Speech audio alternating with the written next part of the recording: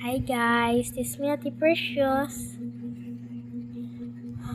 Kanina, tinignan ko mga subscribers ko. 6 na.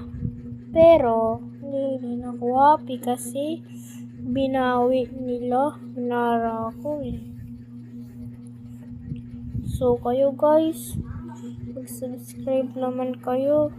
Gusto ko kasi madami subscribe ko. Umiiyak na lang Ate Precious mo. Pero okay lang yun guys. Dadami pa naman yun.